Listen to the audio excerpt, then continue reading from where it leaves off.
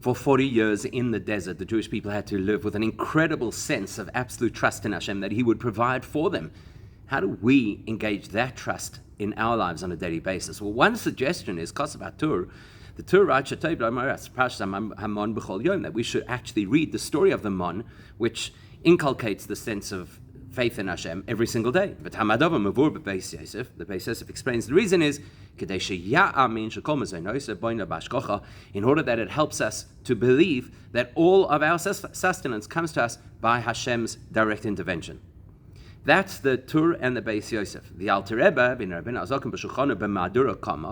in the first version of the Alter Rebbe Shulchan Aruch, because there are certain areas of halacha that the Alter Rebbe published and then subsequently published a revised version.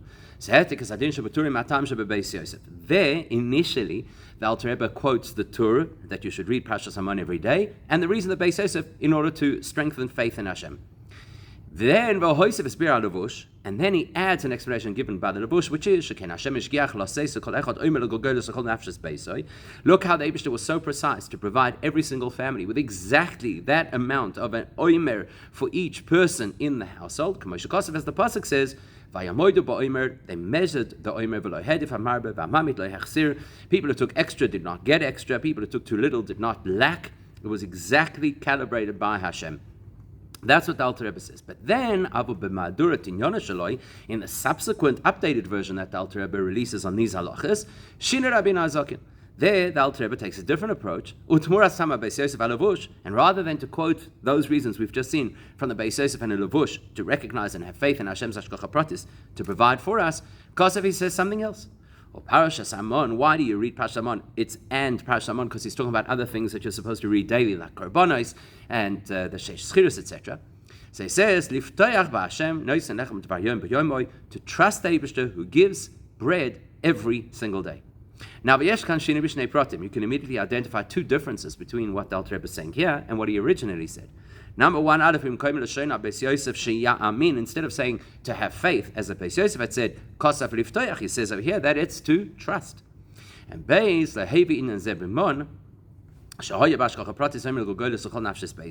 he omits the concept that the mon was an exact dosage suited to every single person, regardless of how much it took. Rather, here, the Alter Rebbe emphasizes the fact that the mon was delivered consistently, every single day. And therefore, that should awaken within us absolute trust that the Eibishter will provide for us our sustenance every single day. Why these differences? You can definitely see a link between each of the differences to each other. In other words, that concept about the mon, the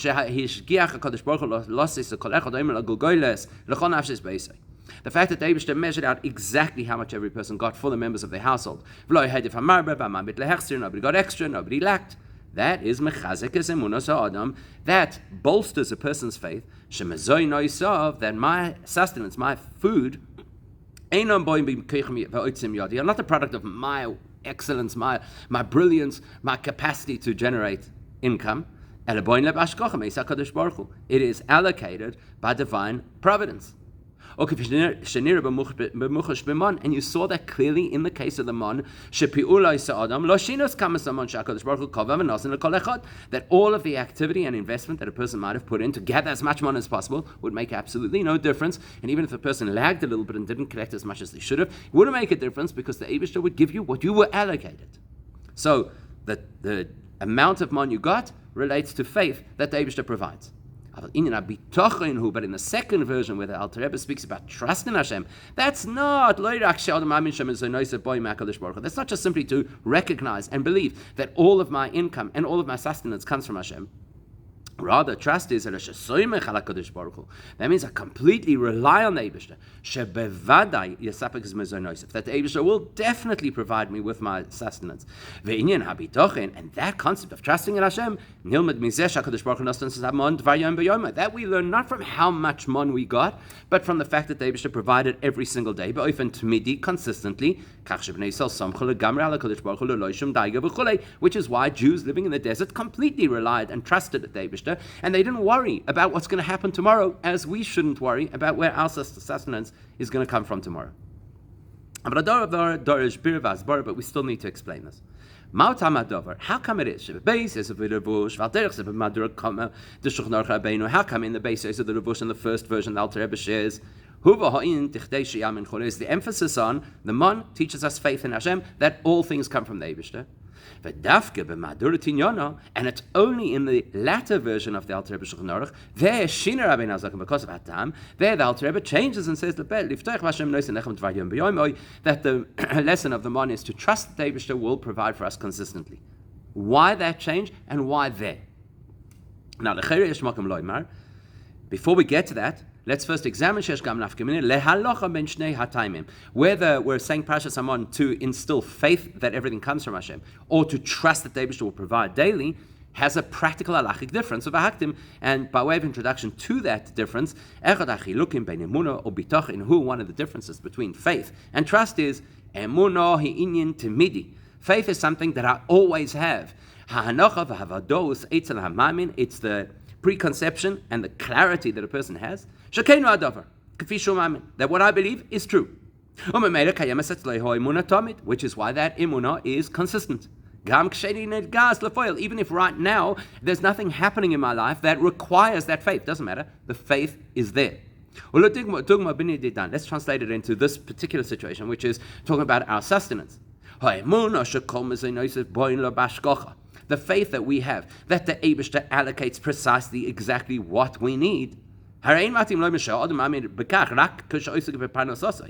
going to suggest I'll only have that faith when I'm earning a living. Rather, the correct understanding would be that I always have this faith in Hashem at all times. That's different when you talk about trust. The fact that I have absolute faith with a confident heart that the Eibishter is going to provide for me. That is a sensitivity that is only relevant when I'm dealing with sustenance. When a person is working to gain the income that's going to provide what they need in order to live, that's where the person has absolute trust in Hashem, that I'm going to put in the effort, but there are obviously no guarantees, except that the Eibishter is going to bless me. So I trust the Eibishter implicitly. The Eibishter is absolutely going to bless my efforts so that it brings me the parnasa that I need. So I don't need trust 24/7, whereas faith will be there all the time. Another example, a person is in a difficult situation, and the person cannot imagine how there's a natural escape from this particular problem. The person doesn't become despondent and put a rhetorical question out there from where will my help come? He's absolutely confident. He trusts the Eibishter that the Eibishter is in absolute control over nature, therefore he can change nature. And he trusts absolutely that the Eibishter will help him. And therefore he continues the pasuk, that the Eibishter, maker of heaven and earth, will help me. Let's take that one step deeper, and this is a very profound insight. Actually,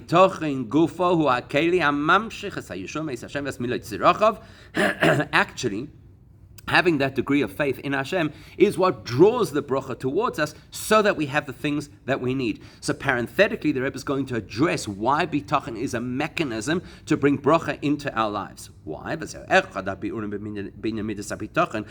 Rebbe has explained elsewhere, this is one of the explanations of how bitachon works. Because bitachon doesn't seem rational.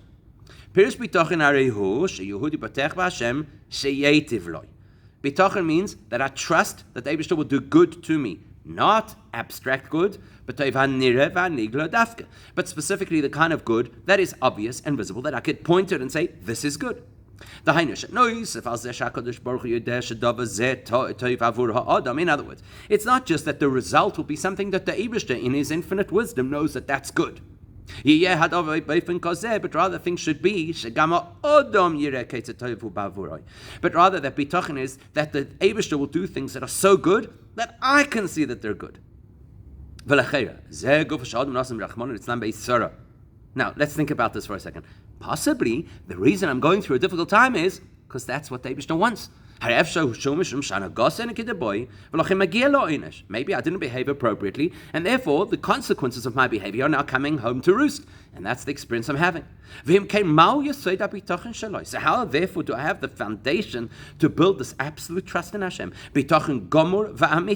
A solid and true trust in Hashem, which means that it's trust without any wavering or doubt, to the extent that I'm completely at ease. How do I trust that the Eibishter will certainly, not only will not punish me, which perhaps I deserve right now, and the Eibishter's punishment is never vindictive, it's always in my interests, but instead, He's going to do the very best openly and clearly for me. How does that work? The explanation is profound. When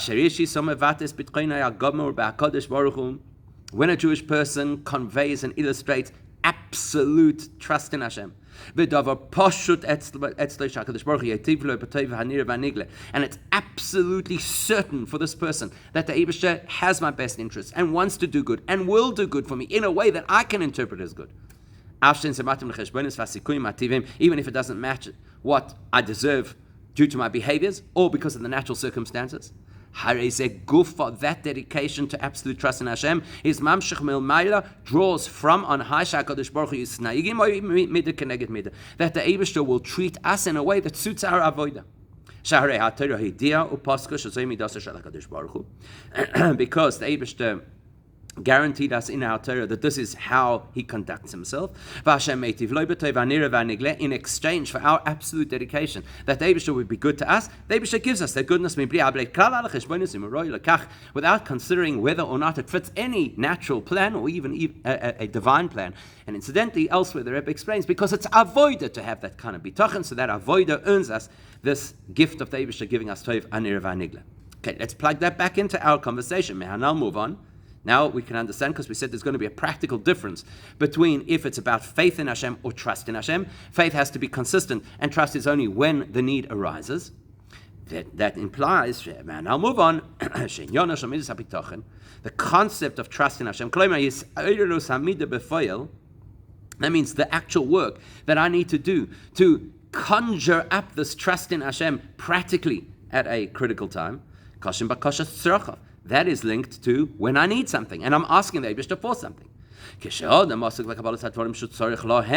When a person is engaged with getting to have those things that he needs, that's when he trusts Hashem absolutely, that the Eibishter will fulfill his request to have these things. Now, what's the practical relevance? If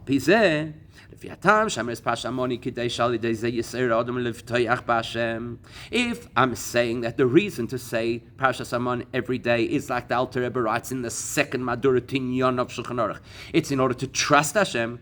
If that's the case, there's logic to suggest Parshas Hamon you should only say Parshas Hamon on weekdays, not on Shabbos. Shabbos, you don't ask for what you need. It's not the time to ask for personal things. And that actually matched the nature of the mon, which did not fall on Shabbos, even though it was a daily occurrence. So, if the purpose of Parashas Hamon is to instill or awaken our trust in Hashem, which is only relevant when we need the Eibishter to provide, Shabbos is not a day to say it. Second of all, even during the weekdays, you should not say Parashas Hamon early on in the davening. As you see generally, the structure of davening with regards to our personal needs is that the Gemara tells us first you've got to lay out praise of the Eibishter, and then you can daven, which means ask for what you need. And likewise, Parashas Hamon should go then later on, or even at the end of the davening. As you find in numerous Sidurim, unlike Korbanos, which is earlier on in the davening, Parshas Hamon is always at the end, and certain Sidurim also include a personal prayer for income, for sustenance that you say at that particular point in time. Whereas if you go according to the opinion of the Beis Yosef and the Levush and the Madura Kama of the Alter Rebbe, then, where the reasoning behind Parshas Hamon is in order to build faith that the Eibishter provides exactly what we need. You could say it then on a Shabbos. You could say it even before you've begun davening. Because it is actually technically part of speaking about the Eibishter's praise. That faith in Hashem, even if the faith relates to the Eibishter's sustenance or provision of my sustenance, that's something which is not only relevant at the time that I'm earning a living, it's relevant all the time, 24/7. Except that then raises a question, because even in the second version of the Alter Rebbe Shulchan Aruch, or these halachas in the Alter Rebbe Shulchan Aruch, where the Alter Rebbe says that the reason for Parashas Hamon is to trust Hashem, because the Alter Rebbe says clearly, that you should say Parshas Hamon daily. And the fact that he says daily, that seems to include Shabbos. Why would you have to invoke trust in Hashem on a Shabbos, which is not a day that you're dealing with your personal needs? And that detail also about where in the davening during the week would you insert Parshas Hamon. The fact that the Alter Rebbe leaves it kind of open-ended implies that the only practical difference between the Madura Kama and Madura Tinyana is only why we're saying Parshas Hamon, not when we're saying Parshas Hamon. Implying that there's really no limit on which part of the davening you decide to include Parshas Hamon. And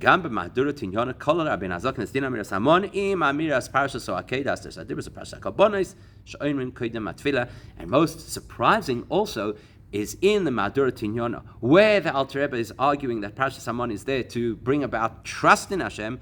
He includes it in the halachas about certain segments that we say before davening, like the Akedah, and Parshas HaKarbonos says Hadibros obviously is in brackets because that's not what is commonly included in the Siddur. So in that case, our original question still stands. What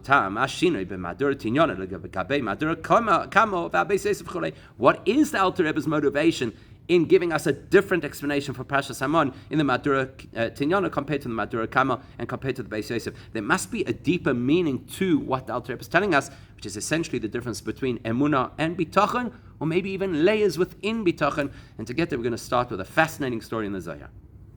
There's a story or a conduct, an ongoing, repetitive story that happened with Rabbi Yosef Sava that the Zohar mentions in our parasha in relation to the Mon. What did he do? He'd prepare his meal daily only after first asking the Eibishter to provide his food. And the language he used was which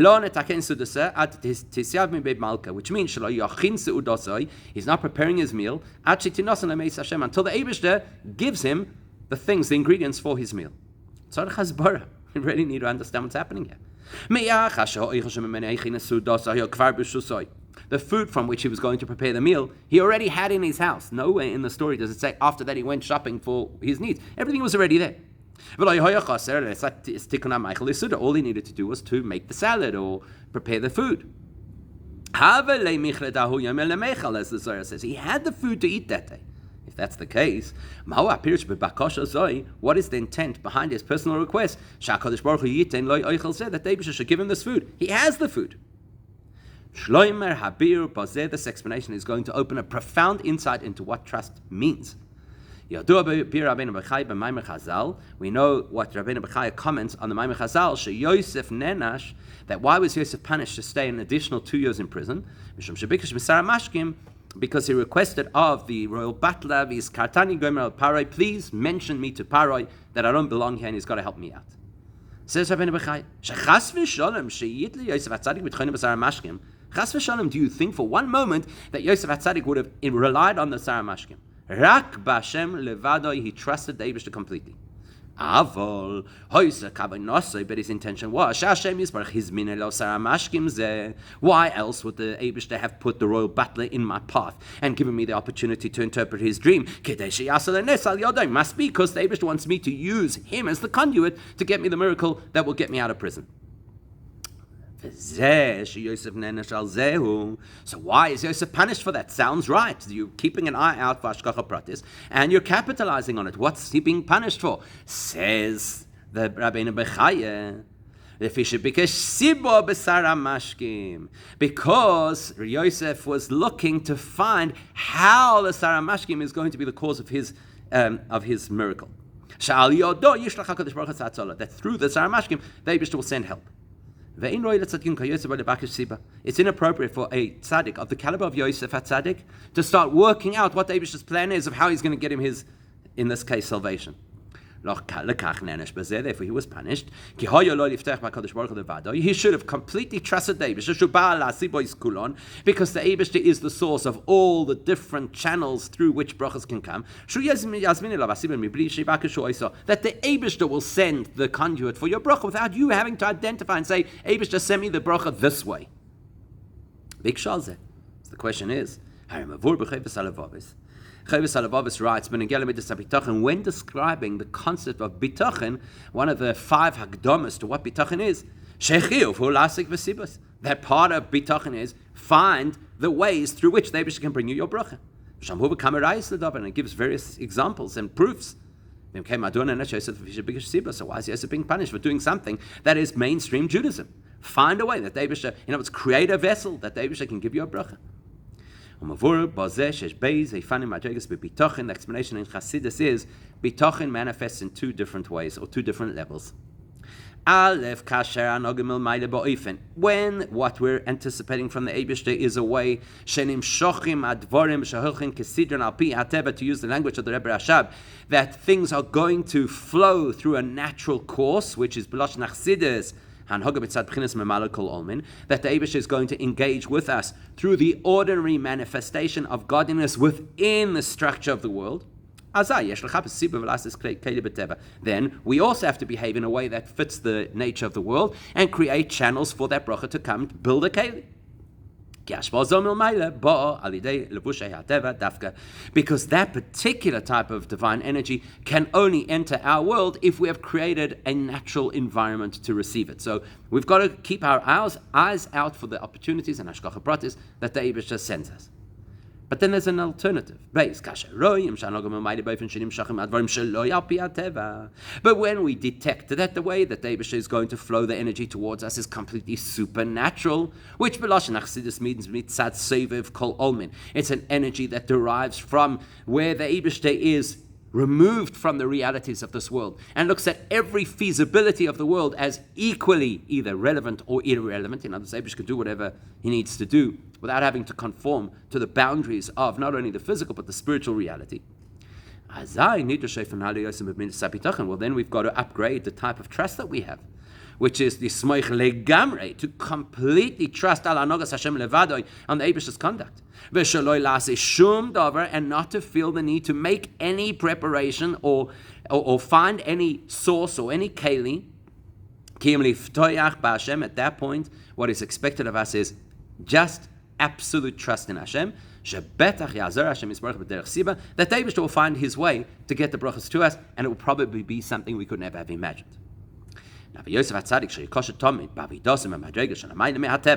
As the famous Maimer explains, when Yosef HaTzadik was somebody of such a high level, therefore he was always plugged into this reality that is L'mayla min HaTeva.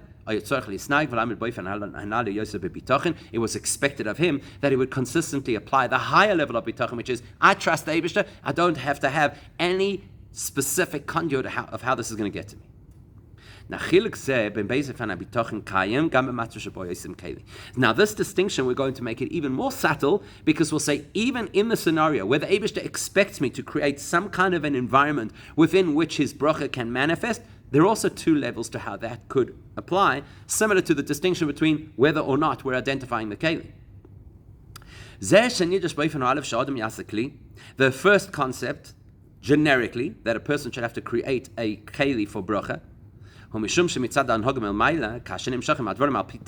because when the Eibishter is creating an energy flow that follows the course of the natural hierarchies, well, then basically what I'm saying is the natural world is real, and it has to be considered when we're building an opportunity to get Hashem's brachas. Therefore, a person has to seek a keli, a vessel, and a means through which the bracha could come, because that's the reality. The Eibishter created this reality. I have to work within this reality, and so I have to find the channels that are going to bring me the Eibishter's bracha. But there's a more advanced kind of bitachon that a person could have. Again, even though I'm acknowledging that there will be natural resources through which the bracha will come, even within that reality, I completely trust the Eibishter. That means that the natural world is inconsequential to me. That's why I'm not looking for a keli through which the brachas will come, because that is irrelevant. The only thing that's relevant is the Eibishter's giving. Therefore, and therefore, even if there is a means through which I can say, that's how the Eibishter is going to give me sustenance, that vehicle, that keli, that siba. Even once I know that's happening, I've now signed this business deal, I've produced this particular product. In my head, I'm no closer now to getting the Eibishter's bracha than I was before, because it's the Eibishter's bracha. Yes, of course, I had to make a keli, but that didn't change the reality. The reality is the Eibishter is going to give to me. I don't look at the business and I don't look at the product as some independent concept that has value. All I see is all I see is the Eibishter directly blessing me. And therefore, actually, the way I see it is, as the pasuk says, I see that not only is the Eibishter blessing me, the Eibishter gave me this business. The Eibishter gave me this product. I didn't make it myself. Okay, so the Eibishter gave me the idea. The Eibishter gave me the network. He gave me the supplier. Or he gave me the contract, whatever it is. The keli itself comes from Hashem. I don't see the keli as a thing I make from which the bracha comes from Hashem. The keli too comes from Hashem. That's Rabbi Yosef Sava's perspective. He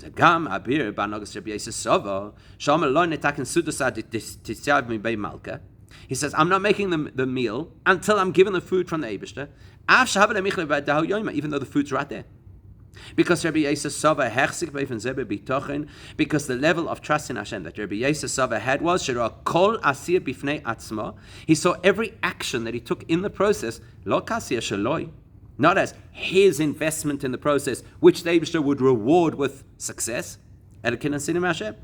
He saw his investment as part of the Eibishter's gift.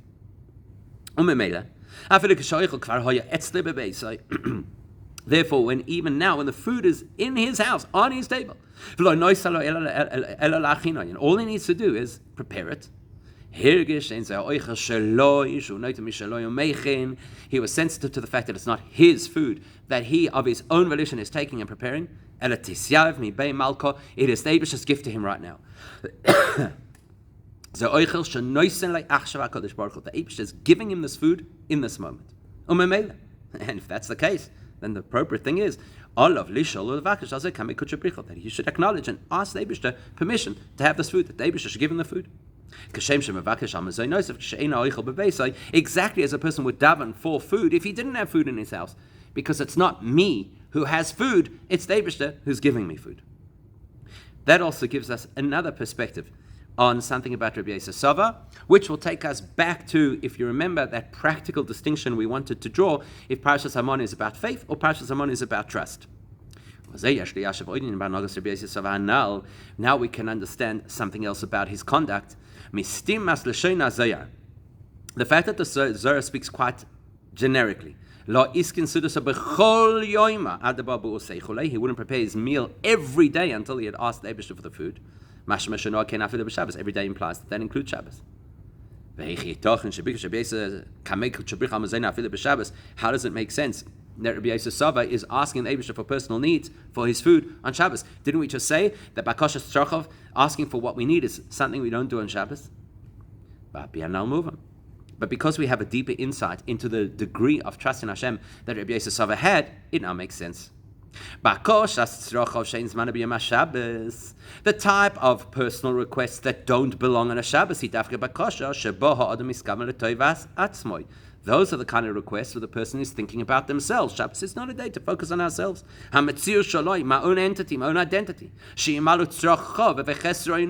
That I have a lack and I have a need and the Eibishter should fulfill it. That has no place on a Shabbos. Rabbi Yosef Sava didn't have this problem. Rabbi Yosef Sava. The whole reason Rabbi Yosef Sava is asking for the food is precisely because he does not see himself as an entity. Because he sees everything as only the Eibishter and what the Eibishter gives. Every step of his life, he recognizes that everything is complete in the Eibishter's hands. The Zohar right there comments that this kind of behavior is what is referred to in the pasuk that says, those who wait for the Eibishter's chesed. What does it mean, says the Zohar? That they anticipate and they wait every single day to have the opportunity to ask the Eibishter for their sustenance. In other words, why are they davening for the food? So that they can have the opportunity to see, experience, and ask for the Eibishter's chesed. They're not asking for the food because I need food. They're asking for the food because this is a chance for me to be able to engage with Eibishter and ask for the Eibishter's kindness. And that's because these are people who are at the level that they recognize and they feel in their bones that everything is only the Eibishter's kindness. That kind of davening, even for food, is permitted and even encouraged on Shabbos. Because it's not about me, it's about my connection to the Eibishter. Rabbi Yosef Sava, you're probably thinking, this conduct of Rabbi Yosef Sava is it's not the mainstream, it's way over our heads, it's nice to read about, but it's never going to happen. Well, if we're taught these things, that means that there is a fraction, some degree of it, that is relevant to each of us. Mizuman at least at certain times, not certain times of the calendar, but certain times of the week. This might well be the clearest distinction between what we think and how we feel over the week and on Shabbos. Through the 6 days of the week, where a Jewish person conducts themselves based on the guidance of the Shulchan Aruch, which is that you have to go to work, and conduct your business in an honest way, according to Shulchan Aruch. And so that's what we do, and we're engaged in trying to earn a living. During the week, the kind of bitachon, absolute trust that we have in the Eibishter is coupled with constantly looking for those opportunities to get that bracha from the Eibishter, which is why we're out there making the deal, producing the product. Because you can't expect of the average person that they'll completely lift themselves above the natural order and to have the ultimate level of bitachon on a daily basis. It's not realistic. But Shabbos is not a day of work. And Shabbos is a day that we are not just not working, we're higher than work. Then that is a day that it is expected of us that we should have at least a glimpse of that experience of wishing for the Eibishter's chesed, not wishing for my needs, wishing for the Eibishter's chesed.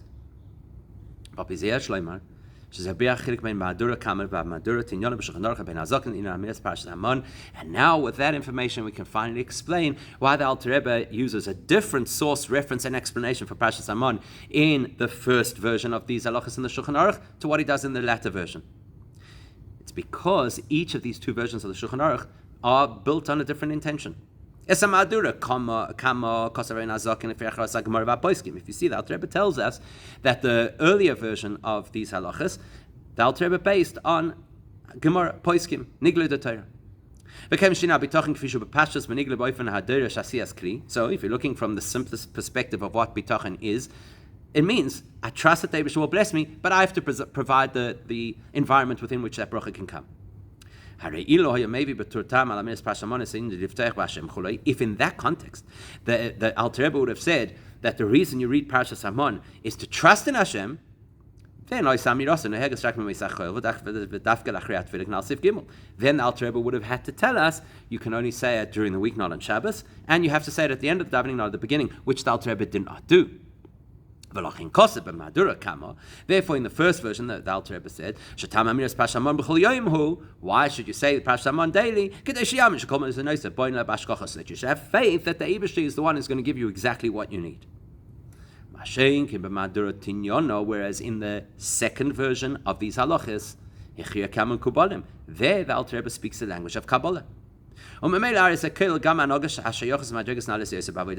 is why he could also touch on levels of commitment to the Eibishter which are more advanced. Incidentally, by the way, that's why the Shara HaKolel tells us, seeing as the Achra Day is according to Kabbalah, and the Arizal does not include Parshas Hamon, that's why in the end, in the Siddur, the Alter Rebbe does not include Parshas Hamon. Therefore, in that second version, he says the reason to read Parshas Hamon is to generate trust in Hashem that every single day He will provide for us. Because if I have attained this high level of bitachon, which is where I'm just waiting for the Eibishter to share chesed with me, rather than waiting to fill my need. With that in mind, I could say Parshas Hamon every single day, even Shabbos, because Am Yachal Melchasta is an avodah which is specifically shaykh to Shabbos, and I could even say it before davening. And the Eibishter should bless us that we should have this incredible bitachon in the Eibishter, and as a result, have Tov Hanira V'Hanigla, and the ultimate Tov Hanira V'Hanigla, Mashiach now.